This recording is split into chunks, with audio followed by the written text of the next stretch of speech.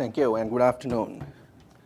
It has been an interesting morning listening to the challenges which are faced and the changes which are taking place in the retail end of the value chain. The discussions surrounding the trade policies are very informative, and the progress of which we will be watching very keenly.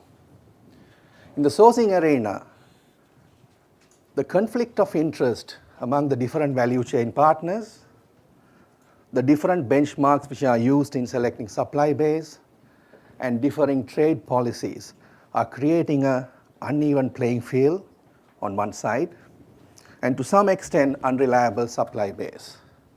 So during this last session before lunch, let me try my best to hold your interest by proposing to you from the other side of the table, as a manufacturer, what we feel are the problems we are being faced with and what our solutions are. I will be structuring my presentation into 4 parts.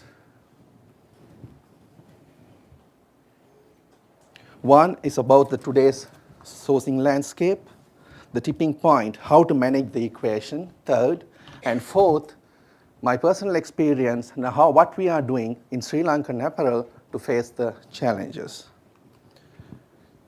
The production has been shifting from country to country, region to region. It's evident when we see the statistics. And many newcomers have emerged within the first 20 or first 10 suppliers of US. If you take the statistics as of today, first 20 suppliers accounts for almost 93% of your imports of apparel. The same 20 suppliers 2 decades ago in 1990 were accounting for only 40%.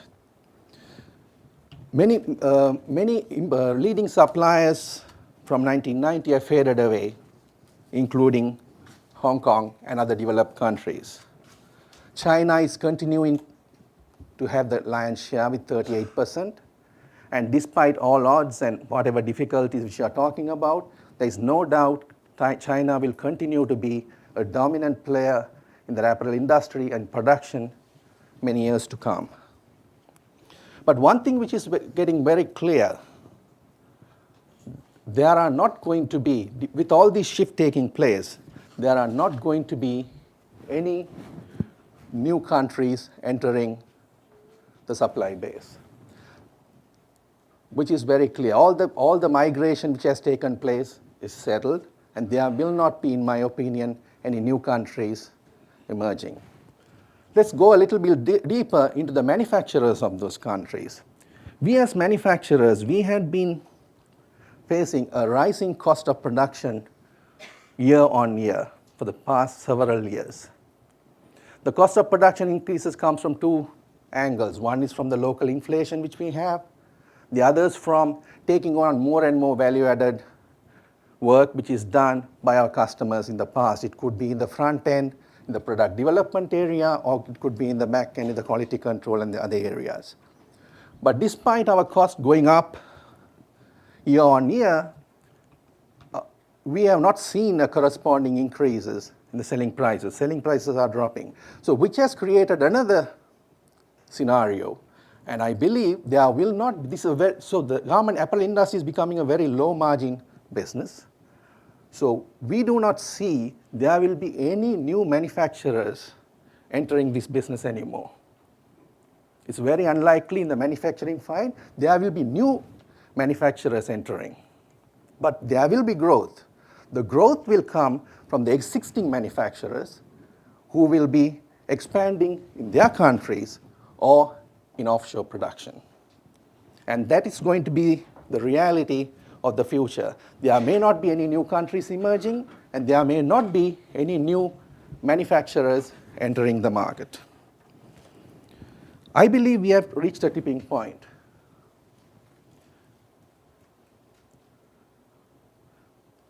With the escalation of manufacturing costs and falling selling prices, there is a vacuum had been created over a period of time. What do? We as manufacturers, we continue to look at ways and means how to reduce our costs. We look at increasing productivity, look at investment in technology, we look at our processes, but yet it is not sufficient to bridge the gap. So this has created a very unique situation.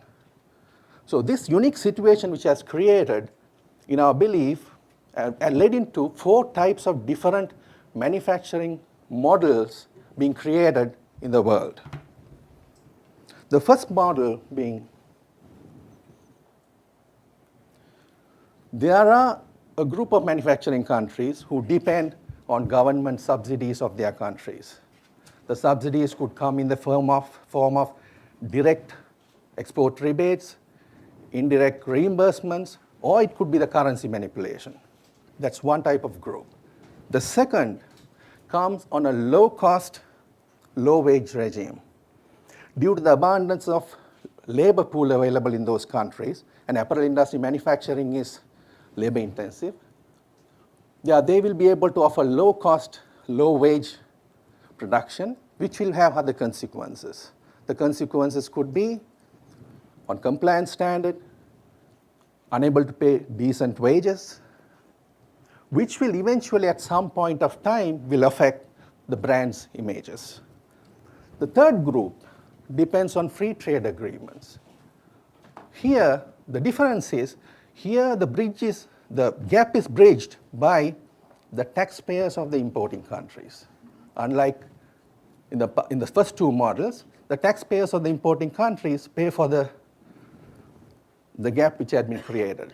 There is a group of countries manufacturers who still depend, who doesn't fall into those 4 categories, still depend on their service strengths, innovation, and business skills, and partnerships to make things work. And I believe, first we can ask the question, how long can the first 2 categories can compete? How long you can continue to depend on the first 2 categories? What we are seeing across the world over the past several months is an indication the first 2 models are not sustainable in the long run. There is going to be a shift. Think, for example, just take a question for example. If the whole subsidies and the currencies manipulations are taken away, low-cost regime is taken away from tomorrow, what will happen to your supply base? Just ask that question for a while. We don't know when it will happen, but all what we know is it is going to happen sooner than later. So in my belief, what is sustainable in the long run is the 4th group of companies who, even from the other groups, they will start coming into the 4th group by competing on their service strength, sustainability, accountability, and also delivering the customer's needs. Managing the equation. The key to any lasting partnership is the mutual understanding of each other's needs and expectations. As a responsible manufacturer, I'm not standing in front of you to say the solution is paying more price. No, that's not my intention. Paying more price without resolving the other related issues will be only a short-term solution. So the key is we have to understand each other's needs and expectations. The needs and expectations of the retailers was discussed in detail earlier, so I will just touch basically few expectations of us as the manufacturers. We are looking at financially stable customers for obvious reasons, because we have to start investing in our resources long before we start delivering. So we don't want to get hurt in the process. So we are looking at stable customers. We are also looking at knowledgeable customers. The same way we are expected to know the processes of our customers, we also would like our customers to know our processes and requirements so that there will not be unreasonable, unfeasible demands put on us, which will eventually affect the cost of the product or to some extent compliance standards. We are looking at steady business. Investing on a customer takes resources in terms of machinery, technology, time, etc. So all those we are putting in place, we would be looking at a steady business to flow through. For any unforeseen circumstances which any decisions has to be made, we would expect that to be done on a fair, ethical, and a reasonable manner. Ethical decision making, the next. One of the top questions which have been put to us always, we have to be compliant. We have to be ethical in all manufacturing. Our expectation is the same compliance standards, ethical behavior has to also come in it, as also should translate into ethical sourcing. It's general perception among us as manufacturers is there is only a values are said that everyone has to be ethical, but the delivery of that is not always bridged. The general perception is as long as we can be as ethical as we want, we can be as green as we want, as long as it doesn't cost us money. But that principle has to change, because to be ethical and to be sustainable, it costs money, and someone in the value chain has to pay for it. Then, of course, we are there to make profits. Let me briefly explain to you my experience in Sri Lanka Apparel, what we are doing to make it work. Before that, let me give a brief explanation about Sri Lanka. Those who do not know where Sri Lanka is, the tiny dot, which you can see, it's not even significant, you can't see it in the map. So you may think, how can this country be of any significance supplying apparel to US? But we do supply over $3 billion of apparel to US, and we are 2% of US supply, and we have been maintaining that 2% for the past 2 decades. From 1990 we were at 2%, even today we are at 2%. We have only 21 million people, and we have the highest per capita exports of apparel from that region. And we were at 15th position to US in 1990, which we have moved up to 12th position this year. And we are not known to be a cheap country. We do not get our market share being only on cost. There are other strengths we had been working on, and our success has come through certain other areas apart from price. Price is also important, I acknowledge that. But apart from price, it has been sustainability, speed, innovation, and most importantly, partnerships. So let me give you very brief example for each of these areas, what we have done at Sri Lanka Apparel to make it work. In the sustainability area, we have developed our industry over the past 3 decades from a mere tailor to a total solution specialist. We have world-class manufacturing facilities. Those who have visited many of our factories in Sri Lanka will understand that. We are second to nobody. We have earned a reputation of being reliable and quality manufacturer. The most of the world's best brands are manufacturing in Sri Lanka. We focus on innovation, and one of our major strengths, we have a high level of social and environmental accountability. So we have been building on ethical production and now moved on a step further from ethical. It had been compliance before, we moved from compliance to ethical production. Now we are looking at moving one step further to sustainability. Let's go in the next, and ethics is at our core of our day-to-day work. Then I'll give you some examples, as I said. Now, example of speed, how we were able to do. We have one of the leading fashion brand. One of our companies were able to work in a leading fashion brand where they had a need to reduce their design concept to first sample cycle time, which took 7 weeks, for them 6 to 7 weeks, but design cycle to first sample. This fashion brand was able to work with one of the manufacturing plant where they send their designers to the factory every season, and the factory employed in-house designers and were able to do all the back office work of the designers in the manufacturing plant, and was able to do the cycle time, which was 7 weeks earlier, to reduce it to 2 weeks, from the concept to the first proto development.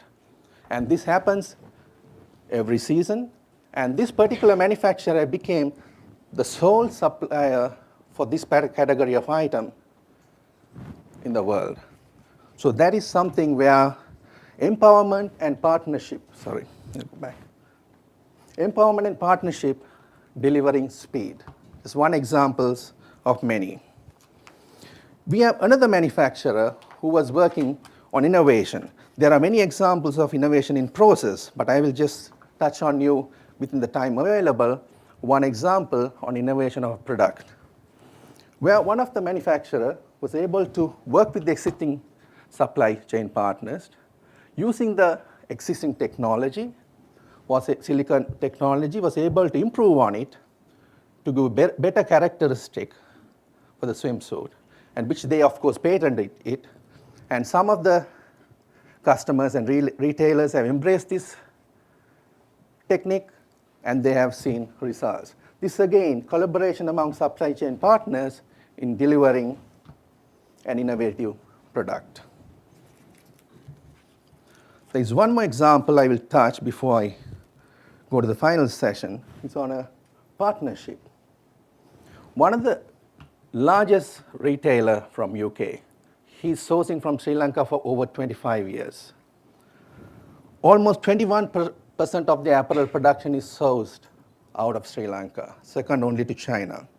They set up their supply chain hub in Sri Lanka to bring down all the goods from the region, move through the supply chain, where drop shipping, other quality control, and other activities take place. The same retailer launched their global sustainability drive from Sri Lanka for their co-products. And for the same retailer, there are factories in Sri Lanka who set up world's first green eco plants. And we are the country who have set up the first apparel manufacturing plants which have green factories which are designed to reduce the carbon footprint.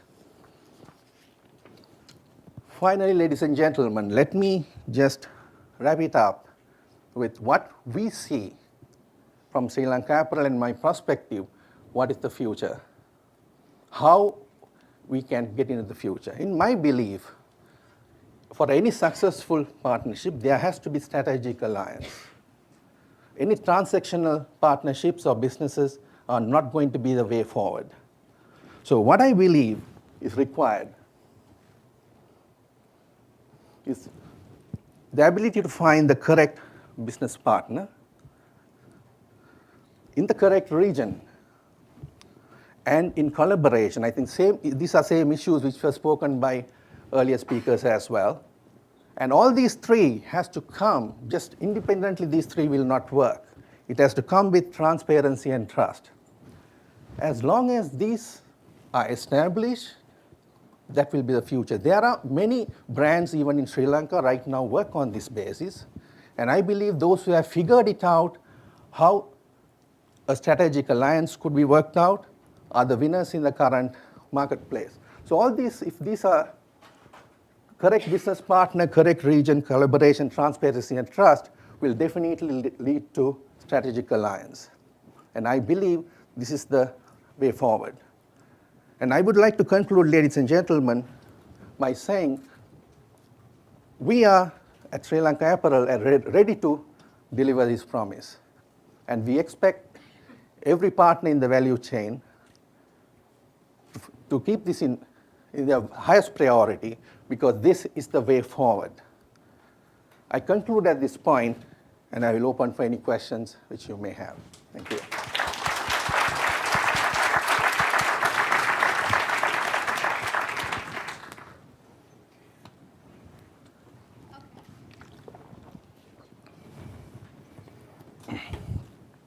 With what's going on in China right now, how do you find Sri Lanka fitting into this void that might be taking place in the marketplace?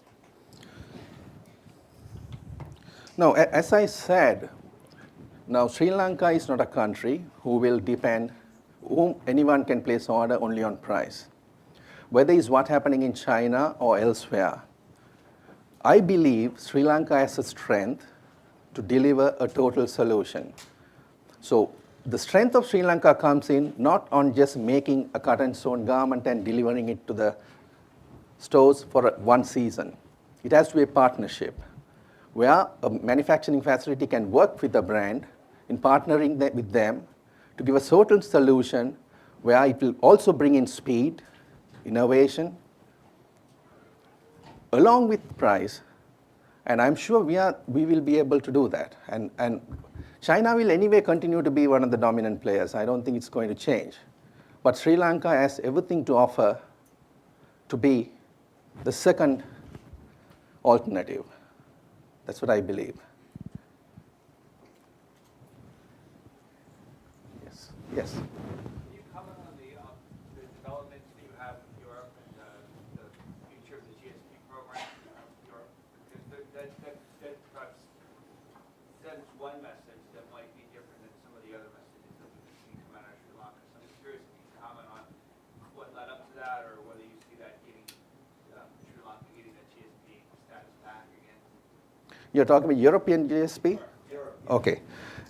European GSP, Sri Lanka got the European GSP probably about 4 or 5 years ago, right? That was got, initially, the European GSP we got on complying with certain compliance standards.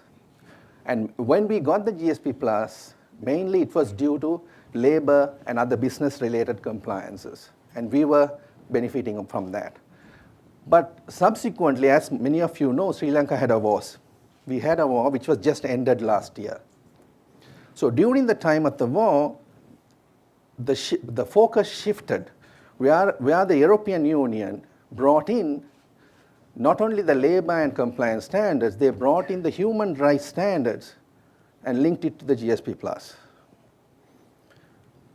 So I may not be able to know whether there are human rights violations took place during war or not. That's not the area which I want to do. But when a war is taking place, everything is not in very straightforward. So there are certain conditions European government gave to fulfill, which I was part of certain discussions. But what we felt is every time the certain conditions was you fulfill this condition, GSP will be given. When we went and fulfilled that condition, the yardstick moved 10 yards further. Then we went and met that, it moved another 10 yards further. So that's a point where the government came in and said, enough is enough.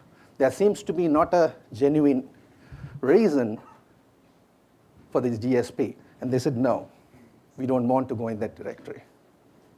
And since GSP was withdrawn August 15th, and to be honest, there is not much significant difference in our exports to Europe. Still we are going on, because when you have established the correct partnership with the brands, reduction of 9%, our benefit was 9% on that particular time, though it's significant, they were able to bridge the gap with other means.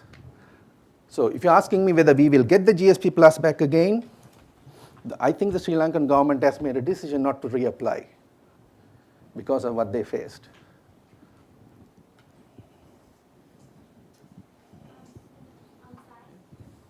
Yes. Right here. Yes. Brian Rivera, Lululemon Athletica. I currently do significant business in Sri Lanka through a seamless supplier, and one of my growth concerns surrounds the post-war security. Can you talk a little bit about the condition today and where you see it in the next few years? Sri Lanka is a very safe country, and it can't be any safer than what it was before. Even during the war, when the war was being on, there was no disruption. I would say there wasn't any disruption at all for business activities. War was in a different area. Right now, there's complete peace, and the whole country is open up. And the security, you don't have to worry anything. And more businesses are also moving towards the areas where the war was affected. So there will not be any doubt about the security. The progress is, So the insurgency is dead. sorry, insurgency is dead, it's finished. It's finished.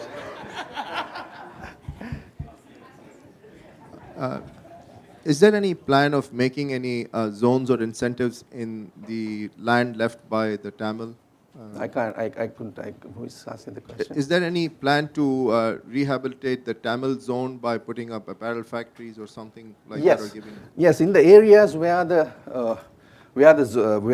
war was, there are two plans going on. Right now, there is a plan by USAID, which is partly funded by US government, where they have funded for manufacturers to set up manufacturing units in those units, which is on a partnership. And many of our leading manufacturers are already committed to it. Apart from that, the government is giving a lot of incentives for manufacturers to move in. And I know many manufacturing apparel companies are moving in there. And probably within next 6 to 9 months, there'll be manufacturing facilities in those areas. I think I can take one last question. Is any? All right. Thank you. Thank you.